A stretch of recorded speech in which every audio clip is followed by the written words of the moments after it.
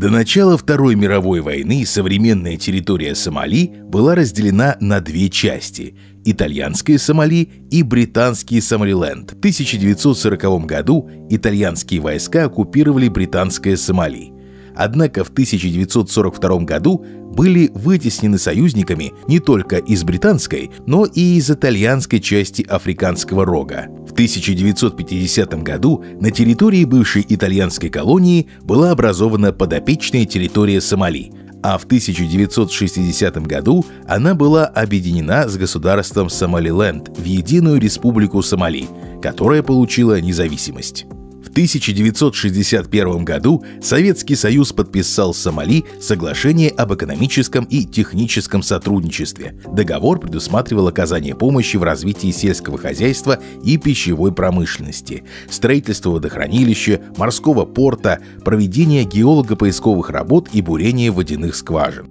В декабре 1961 года на севере Сомали группа офицеров попыталась поднять бунт и восстановить независимость государства Сомалиленд. Однако восстание было подавлено.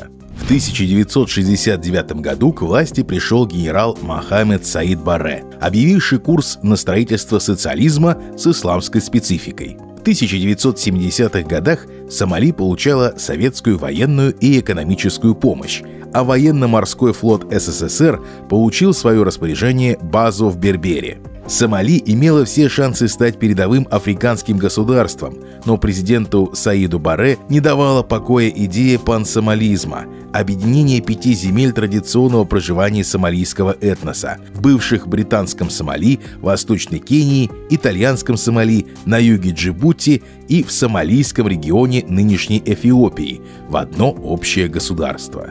Из-за этого в 1977 году Сомали напала на второго советского союзника в регионе Африканского рога – Эфиопию, чтобы отторгнуть область Агаден, населяемую сомалийскими племенами. СССР был вынужден выбирать сторону конфликта, и эфиопское руководство показалось более надежным. В результате эфиопская армия, используя поставки советского оружия и кубинских добровольцев, разгромила сомалийские войска. В 1980-е годы на севере страны началась повстанческая война, которая привела к затяжному кризису, из-за чего в 1991 году президент Мохаммед Барре был свергнут.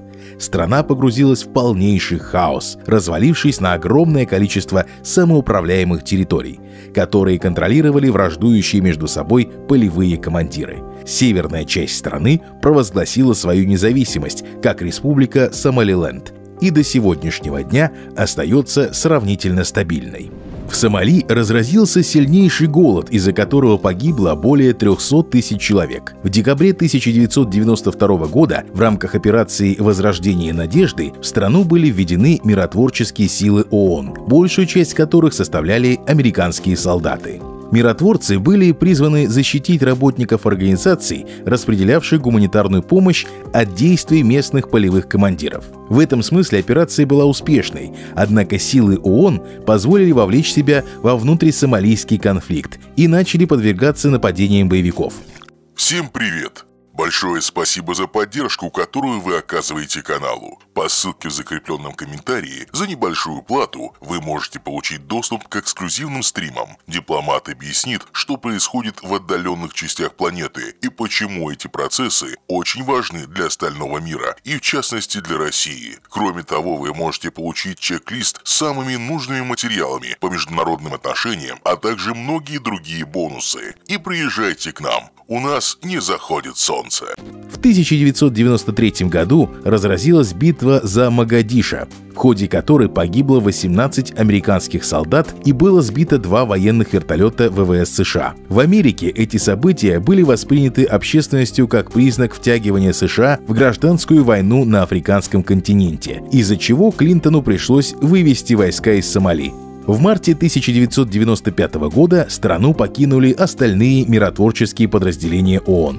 К началу 21 века самыми крупными противоборствующими группировками были радикально настроенные исламисты из Союза исламских судов и проамерикански настроенные полевые командиры из контртеррористического альянса за возрождение мира. В конце 2006 года Эфиопия вмешалась в конфликт на стороне полевых командиров, разбила военные формирования Союза исламских судов и помогла избранному в 2004 году президенту Сомали Юсуфу Ахмеду взять под контроль столицу. В 2009 году Эфиопия завершила вывод своих войск из Сомали, после чего большую часть сомалийской столицы захватили боевики террористической организации Аш-Шабаб, которая отделилась от Союза исламских судов незадолго до его поражения. В 2010-2011 годах стрельба на улицах Сомали стихала только дважды в сутки, во время утренней и вечерней молитвы, и всего на 20-30 минут.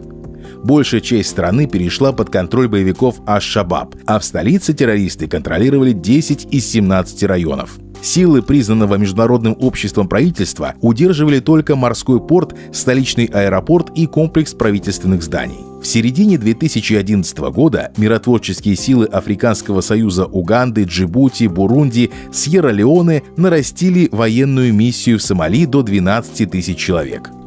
К августу им удалось полностью освободить Могадишо, а к 2012 году Аш-Шабаб были вынуждены отступить в более отдаленные районы страны. В августе 2012 года Конституционной ассамблеей в Могадишо была принята Временная конституция и сформировано федеральное правительство. Первое постоянное международно признанное правительство с момента начала в стране гражданской войны. В это время в стране появился очень неожиданный внерегиональный игрок – Турецкая республика.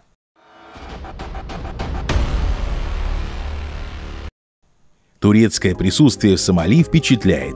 Везде висят турецкие флаги, а местные сравнивают масштаб популярности Турции в стране с популярностью Макдональдс в США. В 2011 году Эрдоган посетил Могадишо, взяв с собой жену, детей и команду из министров и представителей турецкого бизнеса. Это был первый случай за 20 лет, когда в Сомали прилетел государственный лидер не с африканского континента. Турция выделила Сомали более $200 миллионов, которые были направлены на борьбу против сильной засухи, а также направила в страну врачей из турецкого Красного полумесяца. Кроме того, в стране построили школы и больницы, а также восстановили международный столичный аэропорт Аден-Аде. И в 2012 году Turkish Airlines стала первой неафриканской авиакомпанией, самолет которой прилетел в Сомали. Сомали обладает второй по протяженности береговой линией на африканском континенте и расположена у Баб-эль-Мандебского межконтинентального пролива, который ведет к Суэцкому каналу и к Турции. По данным турецкой компании Аль-Барак, на перечисленные маршруты приходится до 60% мировой торговли. Данный конгломерат с 2012 года инвестирует в порт Могадишо, единственный в стране источник занятости и дохода.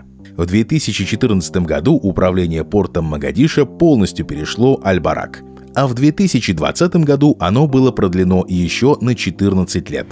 Сегодня объем турецких инвестиций в Сомали превышает $1 миллиард, а объем двусторонней торговли между странами в 2019 году составил $251 миллион. Отступившая из Могадишо террористическая группировка Аль-Шабаб выступает против турецкого присутствия на территории Сомали. В 2011 году возле здания Министерства образования, рядом с которым студенты ожидали регистрации для получения турецких стипендий, подорвался террорист-смертник. Погибло более 100 человек. Необходимо отметить, что с 1992 года более 1000 сомалийских студентов получили турецкие стипендии. В 2017 году боевики организовали в Могадишо теракт, из-за которого пострадало более 500 человек. В ответ в 2017 году Турция открыла в столице военную базу и оборонный университет стоимостью более $50 миллионов, чтобы защитить свои инвестиции и обучить сомалийских солдат. Уже в 2019 году был подготовлен первый пехотный батальон, а к сентябрю 2020 на службу поступили еще 5. Помимо турецких солдат, на базе присутствует региональная миротворческая миссия Африканского союза. Однако Турция не остановилась лишь на гуманитарной, военной и экономической помощи Сомали. В феврале 2021 года Эрдоган объявил о запуске 10-летней турецкой космической программы, нацеленной на лунную экспедицию. В рамках программы Турция планирует потратить как минимум $1 миллиард, а также построить стартовую ракетную площадку в Сомали. Согласно заявлениям турецких властей, создание и содержание космодрома обойдется более чем в $350 миллионов. Выбор Сомали как стартовой площадки для полета на Луну не случайность. В 1960-х годах Франция тоже хотела использовать сомалийскую территорию для размещения космодрома из-за близости государства к экватору и, соответственно, меньших затрат на ракетное топливо. Кроме того, слабозаселенные сомалийские территории позволяют космическим державам не переживать о том, куда упадут отработанные ступени ракет. Возникает вопрос, а зачем Турция стала сотрудничать с Сомали? Анкара могла бы выбрать более стабильное восточноафриканское государство, например, Эфиопию или непризнанный Сомалиленд. Дело в том, что именно политическая нестабильность стала причиной, по которой Турция стала активно инвестировать в Сомали. Учитывая сложную ситуацию в стране, Турция может представить любой, даже незначительный успех, как громкую победу турецкой мягкой силы и дипломатии, и получить политический престиж и высокую оценку от международных организаций. Например, по словам специального представителя генерального секретаря ООН по Сомали, инвестиции Турции в Сомали оказали серьезное, позитивное экономическое воздействие на эту страну. Однако не стоит переоценивать турецкие усилия. Учитывая относительную стабильность Сомали с 2012 по 2015 годы и функционирующее правительство, нужно сказать, что туркам очень повезло зайти на сомалийский рынок в 2011 году. Если бы они попытались зайти туда за 10 лет до этого, то почти со 100% вероятностью Анкара потерпела бы сокрушительное поражение. Большое спасибо за просмотр. Пожалуйста, оцените это видео и поделитесь им с друзьями. Также по ссылке в описании вы можете перейти в наш Telegram или оформить спонсорскую подписку и получить доступ к эксклюзивному контенту, стримам, еженедельным дайджестам и уникальным документам. До новых встреч!